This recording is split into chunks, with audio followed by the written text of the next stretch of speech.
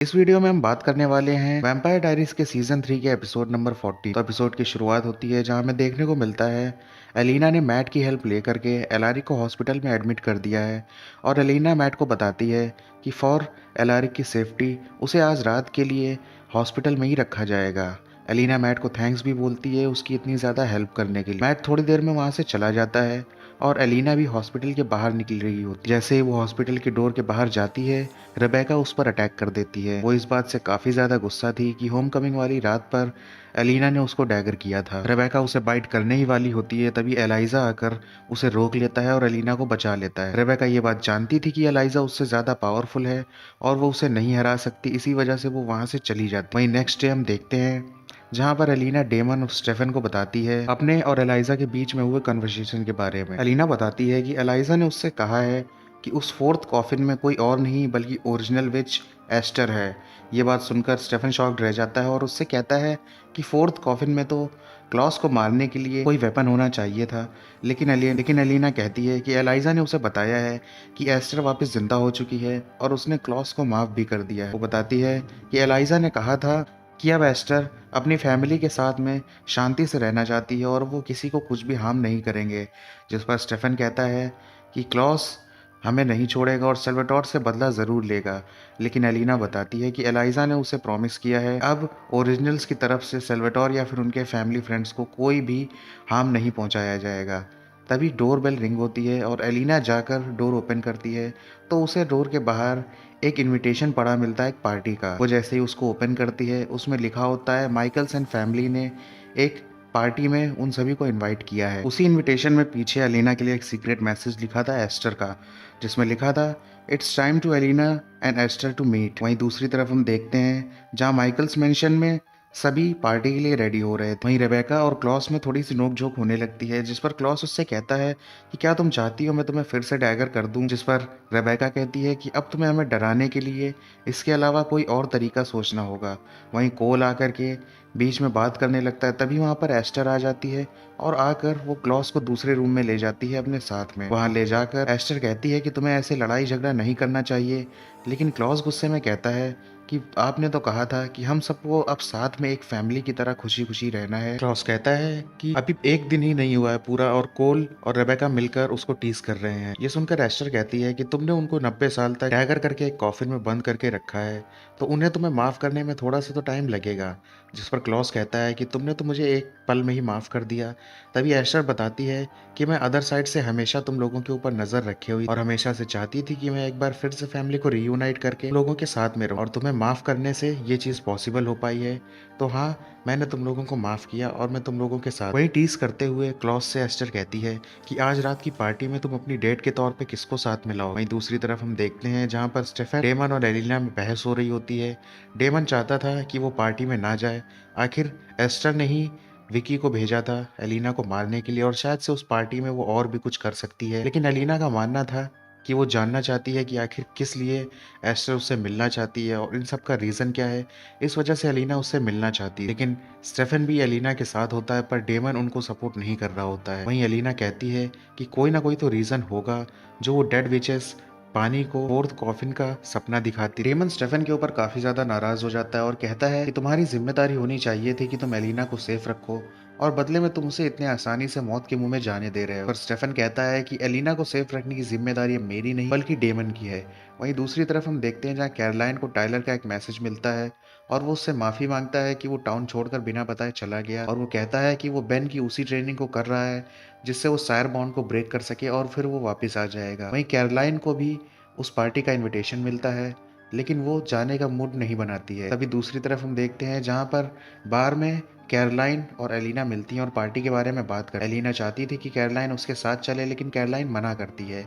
लेकिन तभी कैरोलाइन देखती है रेबेका को मैट को उस पार्टी का इनविटेशन देते और कैरोलाइन भी जाने के लिए रेडी हो जाती है। पार्टी में हम देखते हैं जहाँ डेमन पार्टी में आ चुका है और वो मिस लॉकवुड से बात करता है और उनसे टीज करते हुए कहता है कि आप इस समय काफी ज्यादा ओरिजिनल्स के साथ रह रही हैं और उनकी चापलूसी भी कर रही हैं। जिस पर मिस लॉकवुड कहती हैं कि मैं ये सिर्फ और सिर्फ अपने टाउन की सुरक्षा के लिए कर। तभी कोल वहां पर आता है और फर्स्ट टाइम मिस लॉकवुड से खुद को इंट्रोड्यूस करता है और वहीं डेमन भी खुद को कोल से इंट्रोड्यूस करवाता है। डेमन कोल से कहता है कि शायद से हम पहले मिले हैं, जिस पर कोल उसे टीज करते हुए उसका मजाक उड़ाता है और कहता है कि तुम इतने इंपॉर्टेंट नहीं हो जो मैं तुम्हें याद रखूं मिलने के बाद। वहीं दूसरी तरफ हम देखते हैं जहाँ पर एलिना भी पार्टी में आ चुकी होती है और एलिना को देखकर डेमन उससे कहता है कि तुम्हें पार्टी में नहीं आना चाहिए। तभी पीछे से स्टेफन और कैरोलाइन भी आ जाते हैं। कैरोलाइन ने क्लॉस की दी हुई ड्रेस पहन रखी है, जो देखकर क्लॉस काफी खुश हो जाता है।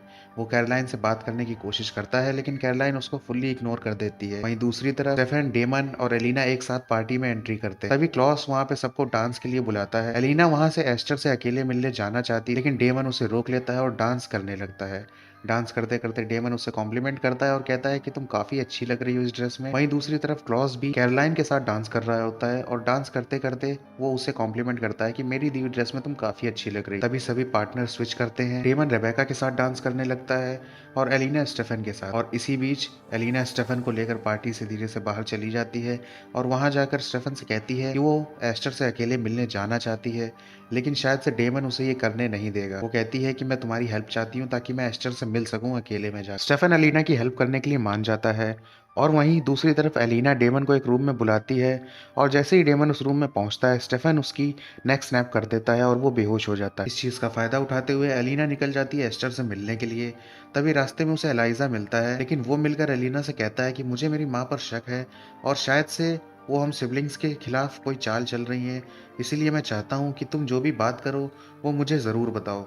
एलिना कहती है कि ठीक है और इतना बोलकर वो एस्टर के रूम में चली जाती है। एस्टर ने वहाँ पर कोई हर्ब जला रखी जिससे कि उनकी बातें रूम से बाहर न जाएं।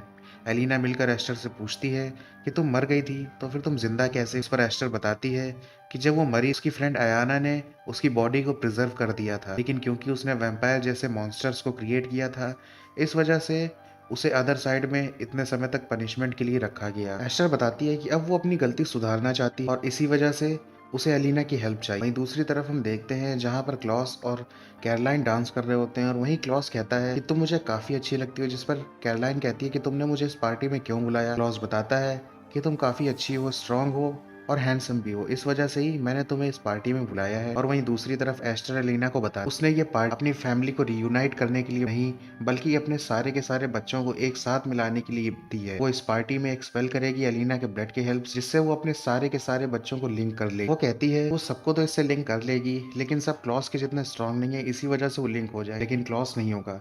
लेकिन जैसे ही बाकी के सारे सिबलिंग्स मरेंगे तो क्लॉस भी उनके साथ में ही अपने आप मर जाएगा। वहीं दूसरी तरफ डेमन को होश आ जाता है और वो उठते ही स्टेफन पे काफी ज्यादा गुस्सा करता है। वो कहता है कि तुम आखिर इतनी लापरवाही के साथ कैसे एलिना की जान खतरे में डाल सकते हो। इस पर डेमन कहता है कि ये मेरा नहीं बल्कि एलिना का प्लान था, और वैसे भी इस टाइम डेमन उनके बीच में आ रहा है, बहुत सारी प्रॉब्लम्स दे रहा है।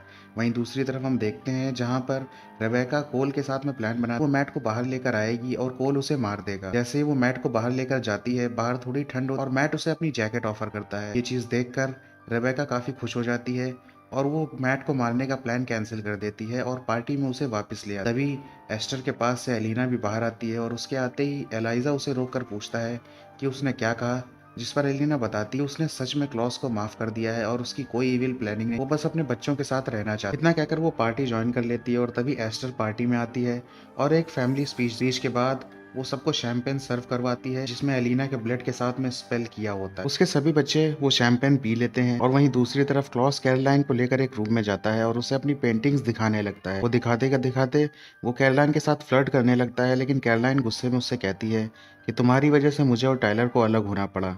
माइकल ने कभी तुमसे प्यार नहीं किया, इसी वजह से तुम्हें लगता है कि और कोई भी नहीं करेगा और इसीलिए तुम सबको कंपेल करते हो या फिर सायर बॉन्ड का यूज़ करते हो। ये बात सुनकर उसको काफ़ी बुरा लगता है और वो कैरोलाइन को वहाँ से जाने को कहता है।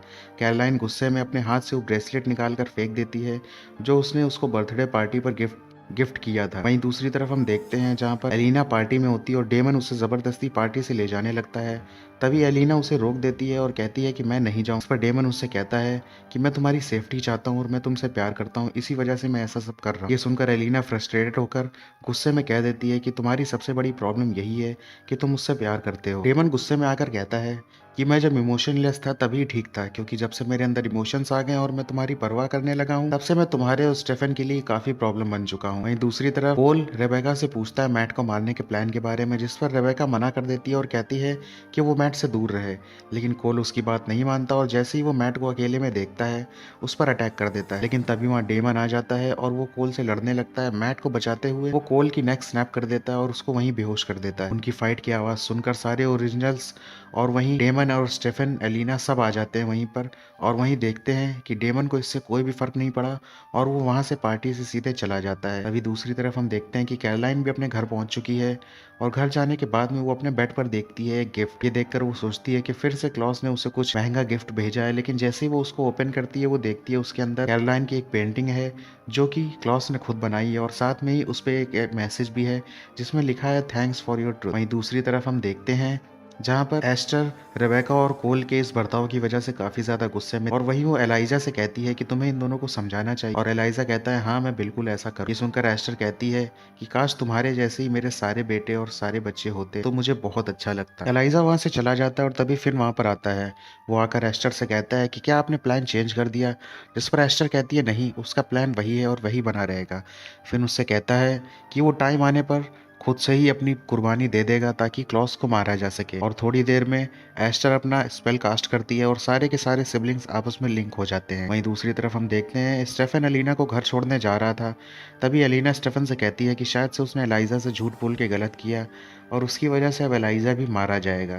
लेकिन स्टेफन कहता है कि क्लॉस को मारने के लिए शायद से ये कुर्बानी छोटी हो। वो लोग काफी ज्यादा इमोशनल होते हैं और एलिना स्टेफन से पूछती है कि क्या वो सच में उसके लिए कुछ भी फील नहीं करता है, जिस पर स्टेफन कहता है कि अब वो ऐसा कुछ भी नहीं करना चाहता है। वहीं दूसरी तरफ हम देखते हैं रेबेका मैट से माफी मांगने पहुंचती है कोल की उस हरकत के लिए, लेकिन मैट उसे वहां से जाने को कह देता है।